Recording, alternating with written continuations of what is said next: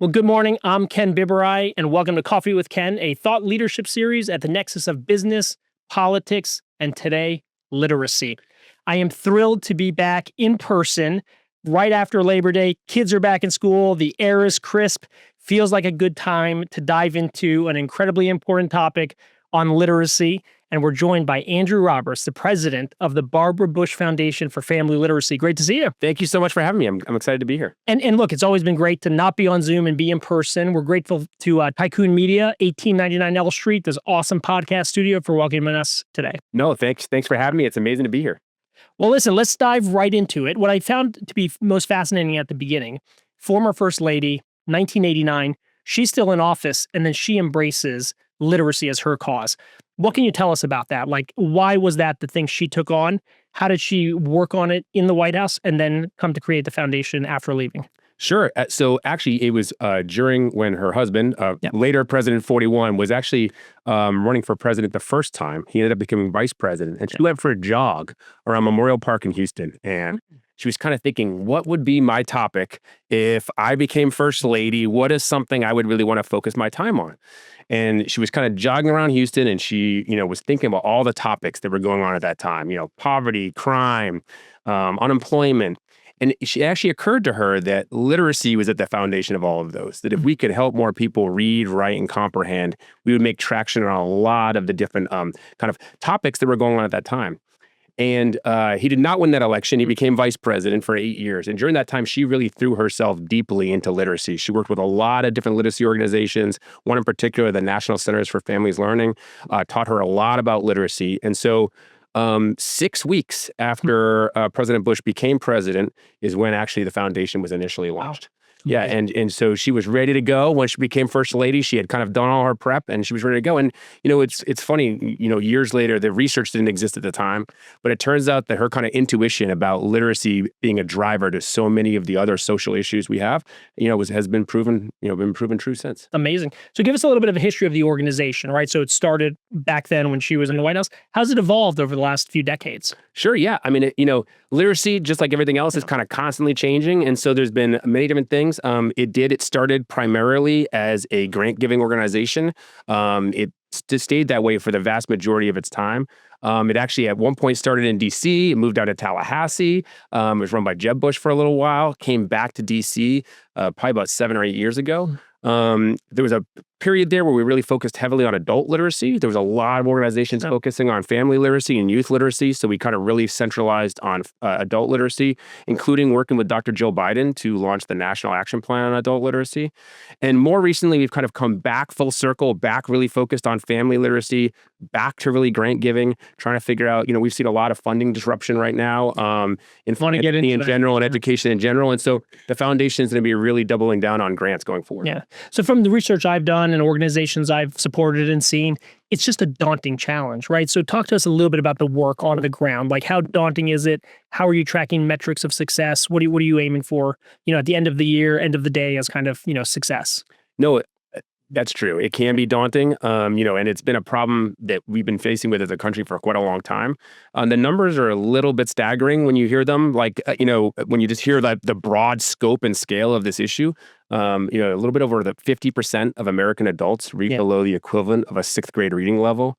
1 in 4, 28% of American adults read below the equivalent of a 3rd grade reading level. Right now, over 70% of our students in 4th grade are reading behind grade level. So this is a very large problem, and there's not an easy solution, but that doesn't mean we shouldn't try. And so, at least the foundations really center on how are we tackling this holistically. This is not a problem that any one sector is going to solve alone. We're going to need K-12, we're going to need philanthropy, we're going to need corporations, we're going to need the government all kind of coming together if we're going to make a headway on this topic. And a lot of people have mentioned to me, is this driven by COVID? And I think to some extent, there is definitely an impact of COVID, but this started years before COVID. We've kind of been slowly declining in literacy. I think we're down to 36th in the world right now in literacy, despite spending the most on education of any country in the world. So this is something I think collectively we need to kind of spend our time and focus on. So let's dive back to that. Like, if I ever had a theme on what Coffee with Ken was intended to be. It was really focused on tri-sector competence, right? Like, how do you find the issues where it's the public sector, private, and advocacy nonprofit coming together? And that's where you can only accomplish the biggest solutions, when you kind of have that whole of society effort. So you, in your position, how do you look to the private sector, to government, whether it's through educating them on the advocacy? Like, what do you need more from the private sector and from government? Yeah, so I mean, I think that's a good question, and I think really it's about how do we all work together. Unfortunately, these things are often thought of and designed in silos, right? And unfortunately, that's not how life really works, right? A student goes to a K-12 school, he then goes to an after-school program. His mom works at an employment, right? And so we need all these sectors to work together. But when I think of it at a high level, teachers are asked to do so much. Yeah. Schools are obviously a critical factor in education and in solving this literacy issue, but they're not going to be able to do it alone. There is not enough resources. There are not enough time in the day. Primarily to this day, literacy is still the most impactful literacy interventions are one-on-one or small group, right? Which just inherently makes it kind of difficult to scale. Yeah. And so what we're really looking at, particularly from philanthropy and corporations, is how do we kind of supplement what's going on in K-12? Sure. How can we make sure people are reading at home?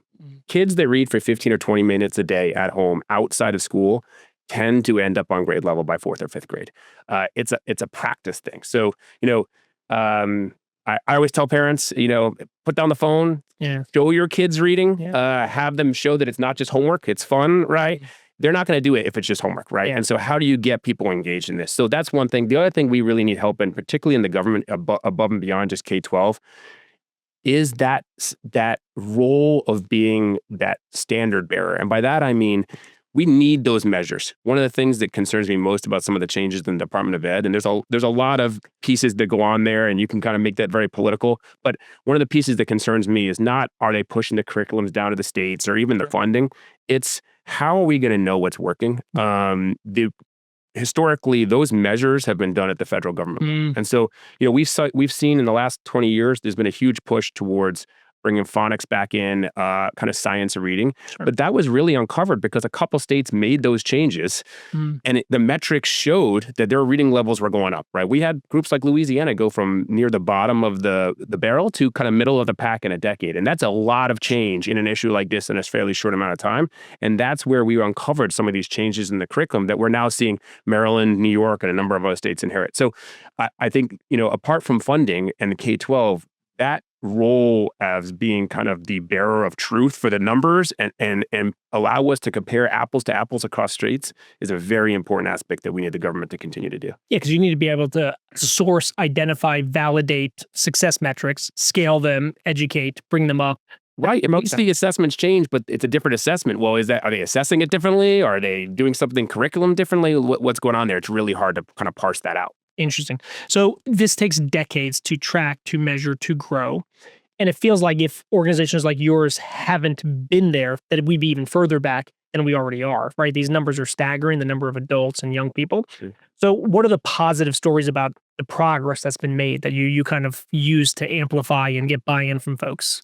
I mean, I will say this is a solvable problem, right? We know how to teach people to read. It's not. That's the most frustrating thing about this, right? Yes, it's not particularly scalable. It's going to require investment. It's going to require that kind of cooperation. But we're not trying to do something that we don't know how to do, right? Like, there are proven methods. We know that what curriculums work. We know what kind of interventions happen. Yeah. We're very blessed in this country. I mean, some of the best interventions are led by small community organizations around the country. Libraries, back at churches. Almost 80, I think it's 82% of people working these things are volunteers. Yeah. So there are people who are driving this, but imagine what we could do with more investment, right? Sure. Small donations can make a huge difference for these kind of small community organizations.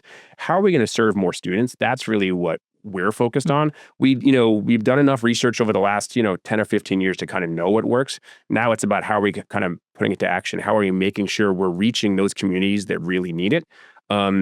Just like many other topics I'm sure you've covered here, there's kind of a big gap between kind of the haves and have-nots on this topic. And so how are we making sure that we're strategically going into the communities that really need these type of interventions and making sure they get it? Yeah. So look, I'm in the private sector. We have a large business audience that tunes in. I think so much of what we're trying to always share with folks is that this isn't charity. this is an investment. And your verbiage and how you talk about it, I think is so important, right? There's an ROI on this in terms of like job creation, talent, addressing, labor shortages, et cetera. If folks can't read, they can't pass tests, get certified, et cetera, et cetera. Talk a little bit more about how you frame this from, private sector perspective as an investment and how important this is. Sure. Versus Yeah. kind of like it's not philanthropy, right? Like So, I mean, we need this as a society. Right. Literacy is something, it affects both the individual, but it also affects society. You're right. So on the individual level, as we've kind of talked about briefly, but if you have a low literacy, kind of 2 times more likely to be in poverty, 3 times more likely to be unemployed, 4 times more likely to have adverse health outcomes, 8 times more likely to be incarcerated, right? So that's on the individual level. And, hopefully that's enough why people might want to invest in literacy. But when you think about it on the societal side, the impacts are huge. We did a study with Gallup.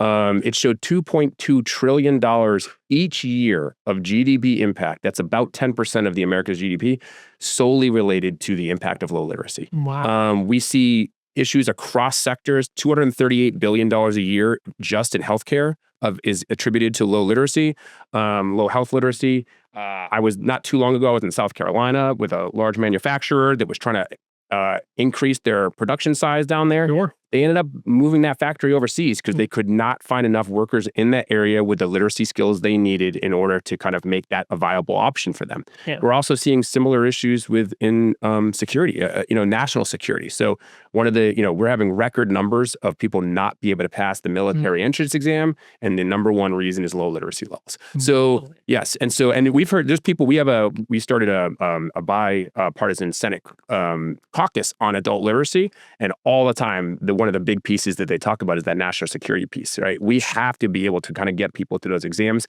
There's even some interventions that groups are working on about trying to build that in and work with the military to have that as a solution. But these are all like societal costs of low literacy, in addition to the very impactful kind of individual costs that we see. And I feel like that's only going to get more acute as we reshore and do more manufacturing in America, and the geographic map being wide open and companies having optionality on where to go. And if communities and states aren't really making that investment, they're probably going to fall further behind, huh? Yeah. And, the other thing with literacy also comes digital literacy, right? And so we know all of these tools that, if you're going to be working on these type of manufacturing facilities, you're going to be using new tools like AI, which I'm sure we'll probably talk about. But you need to have those digital literacy skills. And so a lot of the interventions we're using, particularly with adults now, and some of the most effective ones are not just literacy for literacy's sake, but it's literacies directly tied to a job outcome. So this is where I say corporations can be involved. You can have literacy programming. The vocabulary that we can use as part of that programming can be specific to the jobs that you're trying to fill. Yeah. I think it's very important to note that people with low literacy, it doesn't mean they're not smart. Right. In fact, often they're very smart. Like normally these type of things come up from reasons outside of their control. Yeah. Right. And there's a huge stigma involved. If you're an adult who can't read, there's a huge stigma involved in trying getting that solved. And so employers have a role. If you want to be able to fill those roles, you can build these type of training programs into your pathing, right? And you can make sure that the curriculum that we're building is, yes, about literacy, but also aimed at the jobs that you're trying to fill, and really try and make sure those are like jobs. Tangible, Yeah, tangible skills. Yeah. What's the vocabulary you need? What are the specific digital skills you need, right? And that can all be built in. And especially at a time where education is changing, right? So many folks are pursuing vocational, certificate, online, et cetera, right? So that's an even more... Definitely. How are we providing the actual skills that are needed for the job at hand, right? Interesting. Let's talk about technology. So let's talk about AI. Let's talk about digital literacy. Is technology a good thing or even a bad thing? And we talked a little bit before coming on about ChatGPT and accessibility of this stuff, and you could just talk into things and get answers. I mean, does that make it even harder to get people to do the hard work they need to do to, achieve their own literacy? I mean, I definitely think part of the decline in literacy we're seeing is probably related to the things that we all have in our pockets. Yeah. People don't come home and read, right? It's easier to kind of scroll for 15 minutes on these shorts that I see my son on all the time. And it does kind of take away some of that practice time we're looking for. Yeah. But, I tend to be I like to be a glass half full guy. I think there's an opportunity for AI to have a huge impact on literacy. I did talk about the difficulty in scaling kind of one-on-one or small group kind of literacy practice. And the reason that is that there's not kind of one way. Every reader is kind of facing different challenges. And so you really need someone there to hear what they're reading and kind of deliver that personalized learning. Up until now, the only way to do that was with a person. But, at the Barbara Bush Foundation, kind of back in 2015, we launched an X Prize initiative, which was to try and find an app-based solution that could kind of help adults learn to read. I would say we learned a ton through that process. What we did not do is find an app that could actually teach people to read. We found apps that are very great supplemental tools to literacy programming, and many of those are still in use today. I really do wish that some of the AI solutions that are available now, we might have been a couple of years ahead of our time, were available then, because I do see a world where that AI component could fill that personalized learning, could fill that individual's feedback. It could do it in a way that's 24/7. I talked earlier about the stigma, having to kind of drive somewhere and stand up in front of people and say you need help with reading. You could do this in your house. So there's a lot of benefits, I think, for these type of technologies. My caveat would be that they have to be designed correctly. One of the other things we learned through X Prize is how important the design of these apps are to their success. So are we just applying AI to a problem, or have we found a problem that AI is being built in as a solution, and we're working with the learner to figure out how that happens? We're working with the teachers to ensure that dashboards and the data that's going back to the teachers is making their job easier. Again, these things have to coordinate, right? And so my caution on AI would be, you can't just like apply it to everything like a blanket and hope it works. We got to figure out, how are we really working with the learners to make sure it meets their needs. So as you spend your time, you're here in DC, you probably have to be on the Hill, meet with leaders, or traveling in South Carolina. How often are you spending time with corporations like the OpenAIs of the world, technology companies, to ask not only for their maybe philanthropic support, but also their intellectual kind of capacity for this problem? Quite a lot. I mean, corporations, I think, have become, particularly as we've seen kind of changes in government funding. I mean, often what we're asked to do, right, philanthropy or corporations are asked to step in. And so we have been very lucky, not so much the OpenAIs of the world, but we've been very lucky to have some very, very strong philanthropic partners from corporations, groups like the Dollar General Literacy Foundation, Boeing, AT&T, who have stepped in, helped us provide digital literacy work. We have a whole kind of digital literacy resource guide. One of the things we found about technology, which I don't think it makes sense when you say it, but it wasn't overtly obvious when we first started this journey, is that if the teachers aren't comfortable with technology, they're not going to use it in the classroom with their learners. And so a lot of those apps, a lot of these tools that come out, again, I told you 80% of literacy are volunteers. There's not training for these type of things in a lot of cases. And so we have to make sure we're kind of building it. So we've been really working hard on that digital literacy piece, not just for the students, but also working with the teachers and the volunteers to get them more comfortable with these tools so that they know how to use them in the classroom and they can use them with their learners. And how has that engagement been post-COVID, right? Like during COVID, everyone was forced to do it. So there was this learning curve probably with educators to embrace, work on it. But now that we're all back, like, is that still sustained? Does that kind of come harder? It's still sustained. I think we were forced to kind of get over the hurdle a little bit, and I think we are seeing more. Accelerated. It's probably not as fast as it was there, but we are seeing more. Particularly, I mean, I would, working with a group like the Boys and Girls Club of America, I know they're doing some great work, kind of bringing in new technologies and testing it, and seeing how that works. So that's the kind of progress we want to see more of. People are at least paying more attention to it, and I think one of the things that we're now doing a better job as a sector is thinking about the training, thinking about the onboarding, thinking about these pieces. And, we actually did a research study that people can go to our website and find it, about some of these technology tools. And often the tool was very effective, like in a lab. Where it fell down was in a classroom, right? We had a tool that was using kind of the Microsoft HoloLens. It's kind of like a virtual reality goggle system to do literacy assessments. Literacy assessments take a long time. And so often they're not done very often. And the problem there is then you start to not understand what kind of gains students are making. And this tool was working amazingly in a lab. Once you started switching it between kids' heads, it became a problem for the teacher to kind of figure out how to get it to work. And so that's just an example of things. We're doing a much better job of figuring out, how do you actually kind of take these technologies that have promise and make sure they work in a classroom setting. So everyone today has a lot of information coming at them. It's hard to get people to focus on things that are important.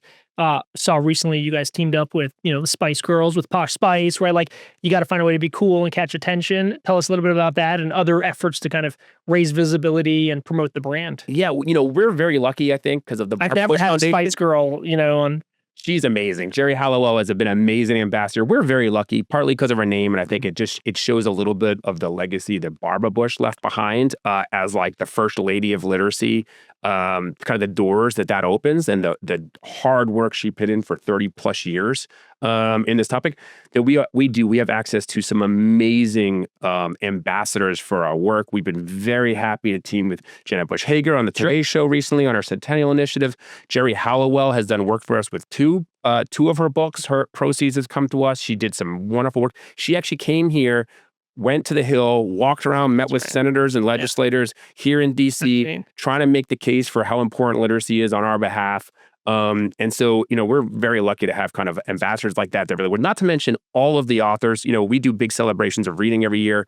All of those authors donate their time, to come, to speak at these events, to raise visibility, kind of about literacy. So we're very blessed to have supporters like that. And you've been partnering with the Library of Congress and other groups as well, right? Yeah, I mean, Dr. Carla Hayden has been a big supporter of ours for years. She's come to all of our things. I know she just left the Library of Congress, but that's been a long relationship. And going back to when Mrs. Bush, was here. So, in fact, Laura Bush helped start the National Book Festival. We talked about it earlier. So.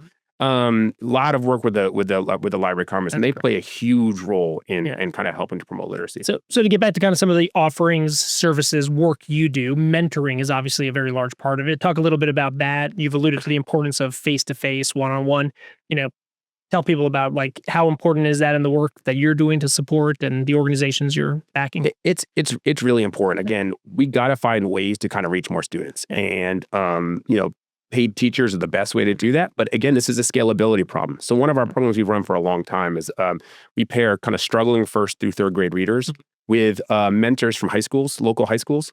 It's been an amazing program. I think, they meet with the same students each week for the whole course of the year. We provide kind of all the books and all the curriculum and all the mentor guides. We train the mentors on how to do it. But the reason it's effective is because of those kids, right? A first through third grader looks up to a high schooler. Yeah. They show up, they make reading fun, they make reading seem cool. It really gets the engagement of the jokes. And we see that in the results. I mean, kids catch up. Kids have to be 6 months or more behind to join that program. And our latest evaluation said they're catching up by 1.3 grade levels in 20 weeks. That's amazing. That's a huge amount of progress. It just shows that if we do this reading outside of just the standard school settings, you can make progress. You can make progress. And then again, broader than our work, this field, education, and particularly adult literacy education, family literacy education, is highly reliant on volunteers. Yeah. And so, we're lucky as a sector to have so many great volunteers that spend their time reading with children, reading with folks, building those skills.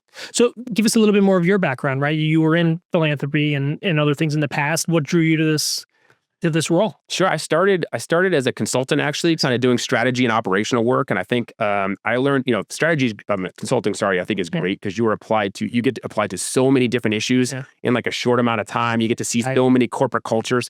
And I learned a lot about how do you kind of drive strategy results? How do you build systems thinking? And then, to be honest with you, I wasn't inspired about like trying to figure out a way to fight for that like extra percentage point of margin. I wanted to kind of figure out how to do something bigger, and I was very lucky. I got a job at ARP, which is just an amazing organization here in DC.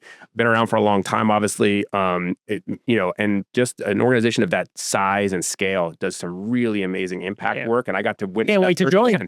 You should. You really should. I promise you, it is worth it. The work they're doing is really amazing. And I just got to see it up hand, and I got exposed to, not just the impact of those programs, but talking, great colleagues that were so motivated by the impact they were doing, the folks who were receiving the impact, the gratefulness, just really seeing how that resonates. And so that, I think, kind of made me want to stay in the philanthropic space. And I've been here ever since. I was very lucky.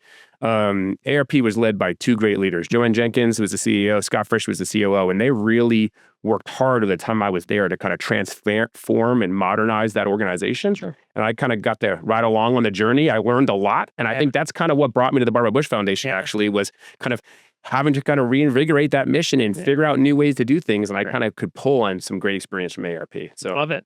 Now, you talked a little bit about Department of Education, things happening in DC. It really feels like a hard time to lead a nonprofit organization. Tell us about the last 9 months. What are you guys going through? What are sister organizations going through?